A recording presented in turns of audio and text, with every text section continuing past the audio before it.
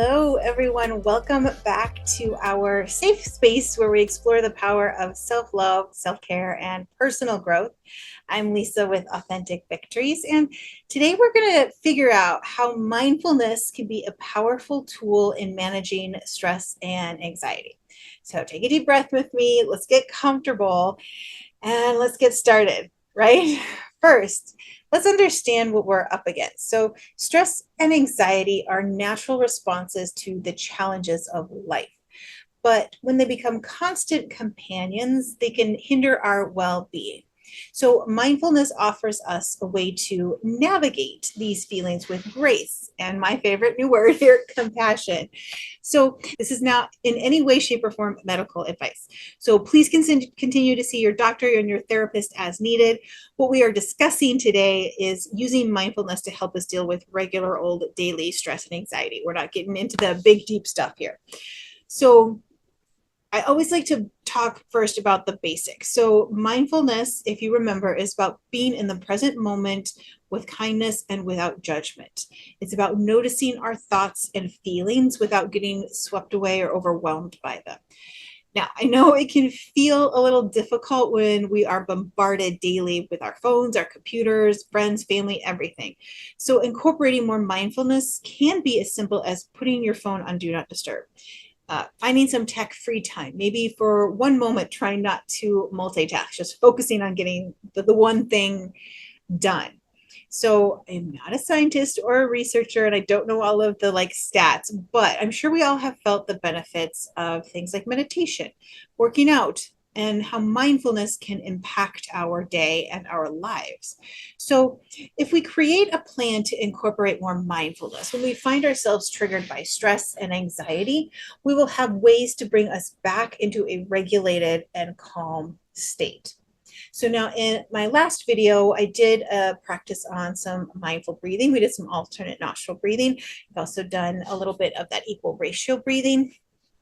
But finding that time and that space to just focus on your breath can be a simple technique to calm your nervous system and bring you back into a state of equilibrium.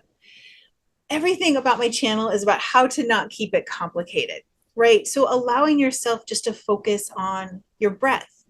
How does it feel as you inhale? What does your body feel like? What about the exhale? How does that feel? What do you smell as you inhale and exhale? What are you tasting? Are you hearing anything as you focus on each breath? Being slow and calm and focused on each aspect, and you will find that the calm just starts to wash all over you. One thing that I think is super important, but maybe not talked about a lot, is doing a body scan in your meditation or your movement practice.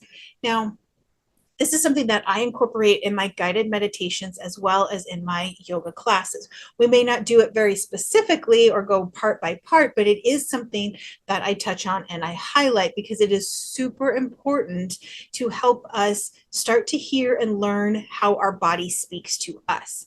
The wisdom that our body is trying to tell us with small little whispers until we ignore it often enough. And then it's like, okay, I have no choice but to yell at you. I need you to do this particular thing.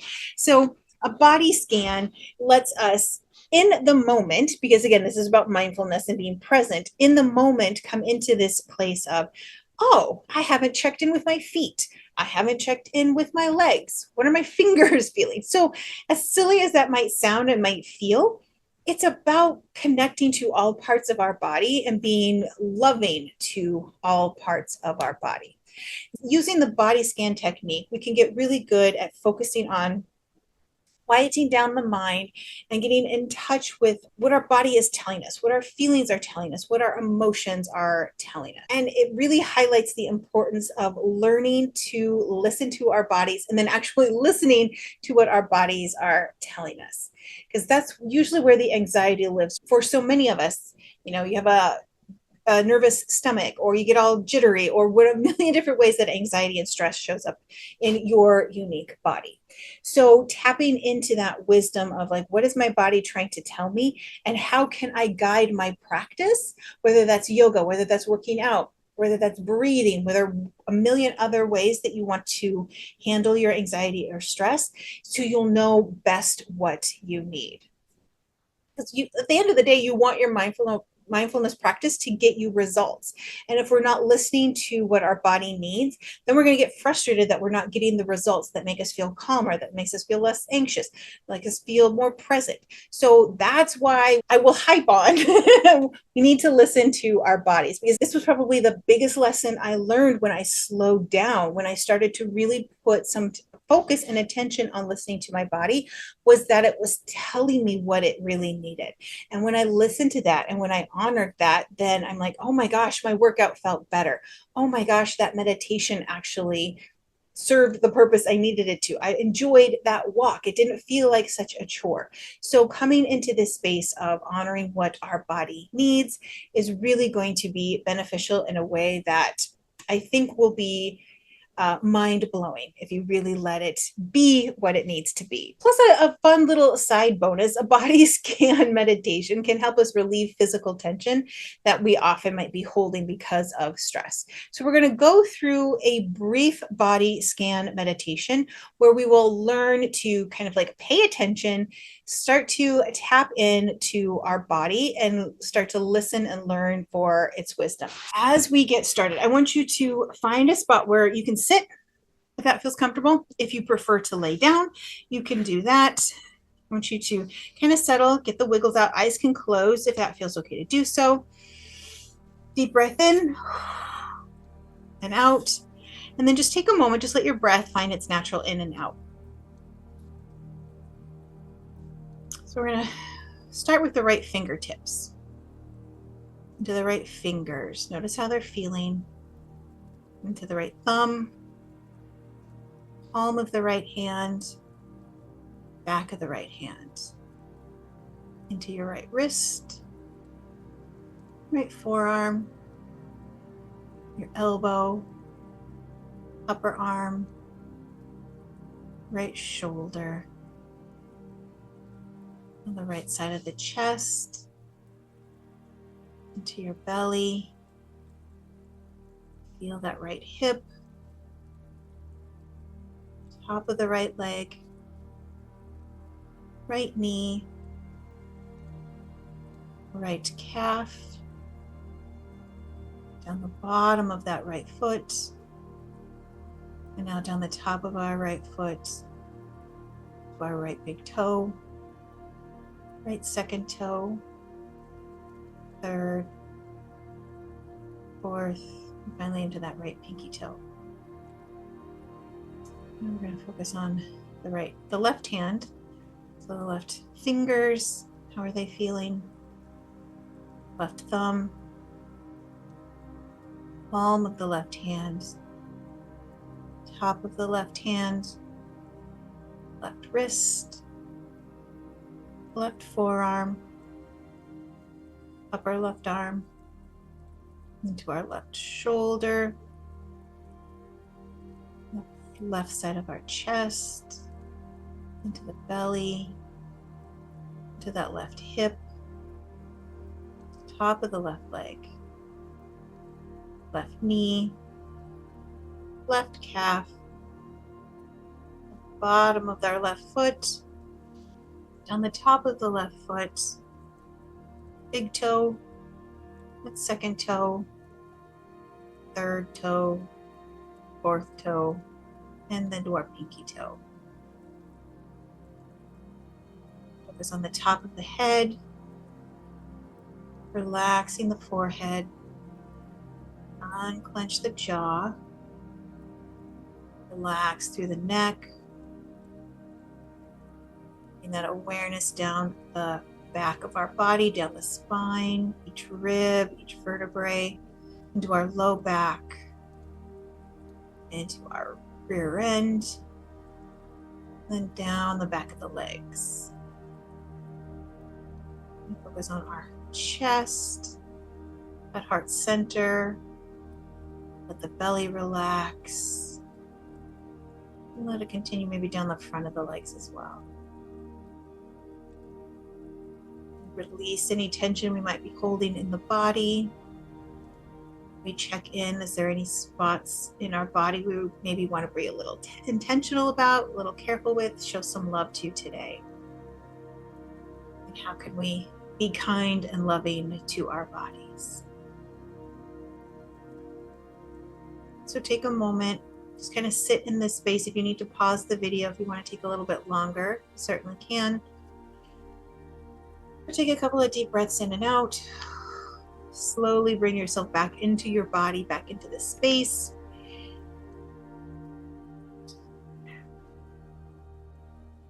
And as you're ready, we'll go back to the rest of your day. So that can be a wonderful way to tap into your body, to check in with every part, your fingers, your toes, your palms, your knees, all of that, to be in tune with what not only your body needs, but maybe what it doesn't need. Maybe it doesn't need for you to go for a 5-mile run. It wants a 2-mile walk. Maybe it doesn't need for you to have a big, heavy breakfast. It wants a little bit of cereal. So being mindful and scanning our body helps us learn the signals that our body is trying to tell us. Mindfulness isn't just for meditation, it can be woven into our daily activities.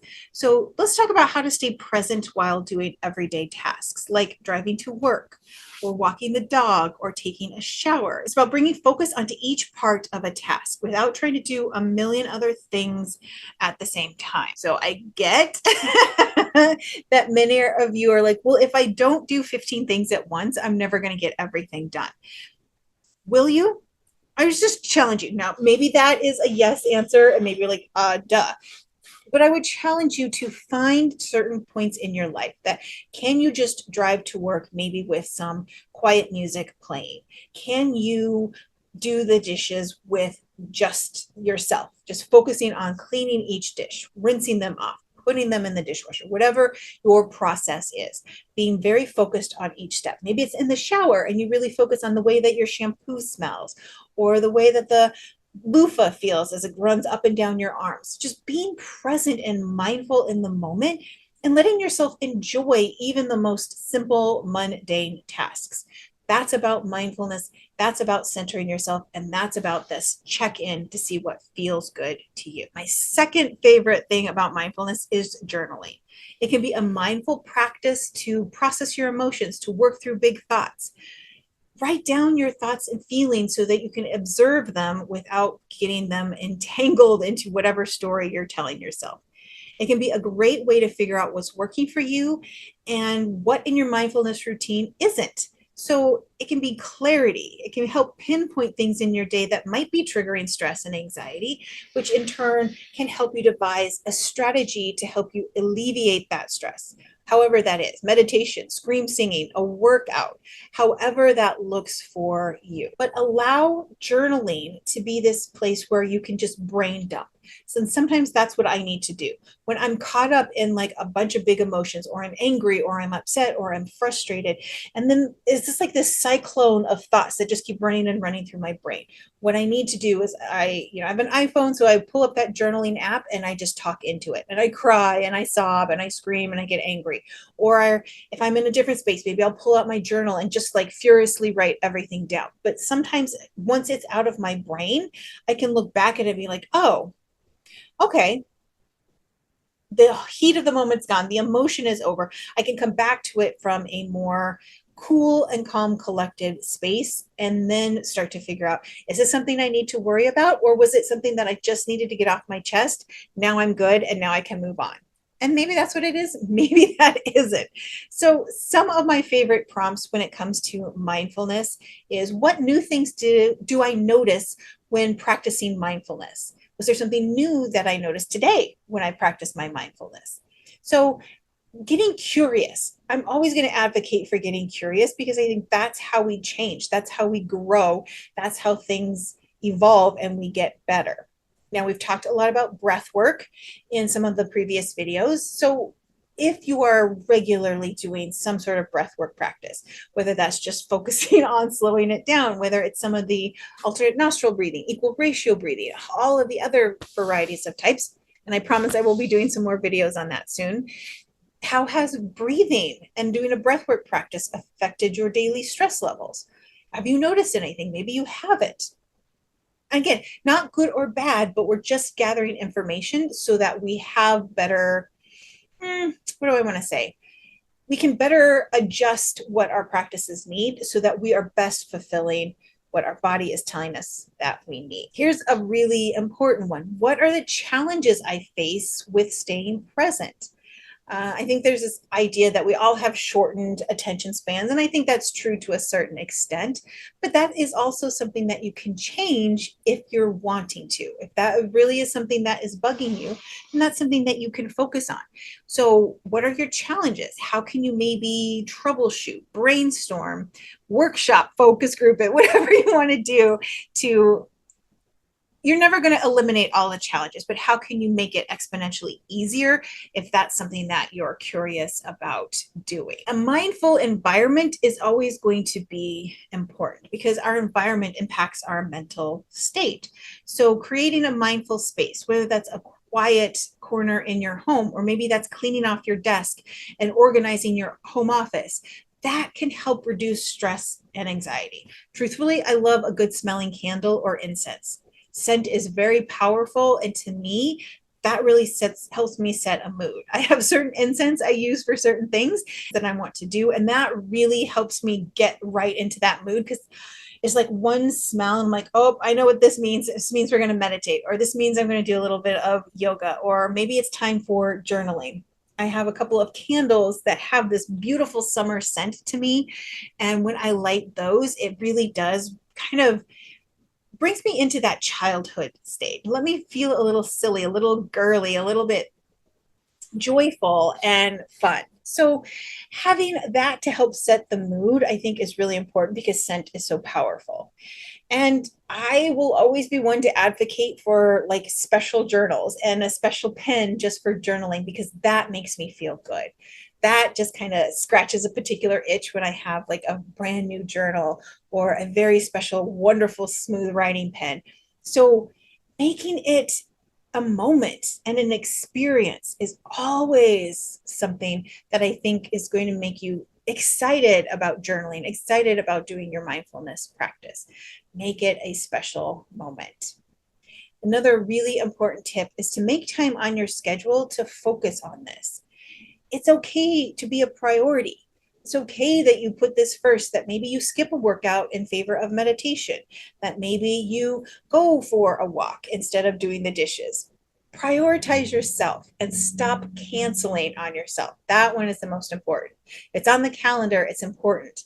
And keeping it on the calendar and keeping your word to yourself that this is important and this is something you want to do will reinforce this idea that you are worth taking care of, because you are worth taking care of regardless of what anybody else might be telling you.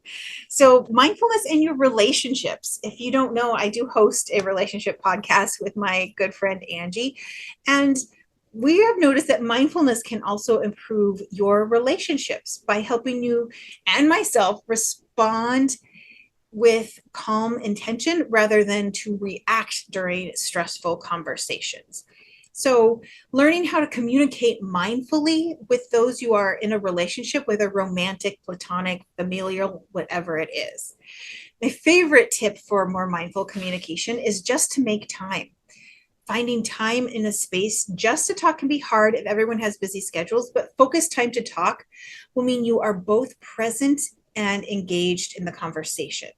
If it's a particularly big, heavy topic, make sure the other person has the emotional space to be able to talk about it. And allowing people to be prepared for the discussion. I think we all hate that text that we need to talk.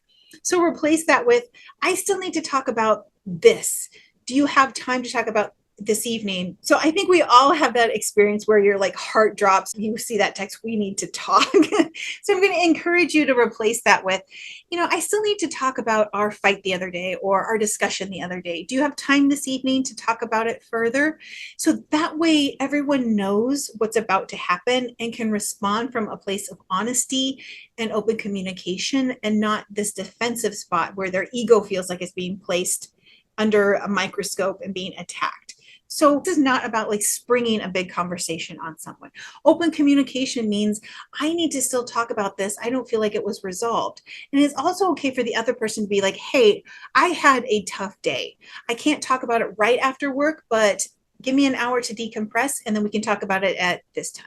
So we can always give each other space to be able to be ready and open and aware, and they have the emotional and mental capacity to talk about it.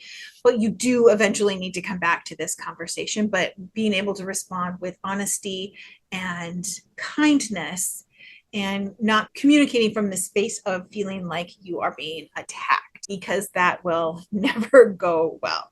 um, I do have so much more advice about communication. I love to talk about that. So, like I said, check out the podcast I do with my friend Angie. It's called So You're Ready to Date. I'll make sure that you can, the link will be there so you can check it out, because we love to talk about communication. And we have so many great episodes about that. So I encourage you to go see what that is all about. And also drop any comments below if you have some more communication questions or anything about our topic today. I want to hear them. So remember, mindfulness is a practice, and you're going to fail at it and you're going to succeed at it. And the thing is, you're just going to get back up and try it again. So always be gentle with yourself as you learn to navigate these new habits and learn to navigate your stress and anxiety with mindfulness. Thank you for spending this time with me. If you found this video helpful, please give it a thumbs up, like it, share it, subscribe for more content on living a mindful and fulfilling life. As always, be sure to take care of yourself and be so very kind to yourself today. I'll see you guys next time.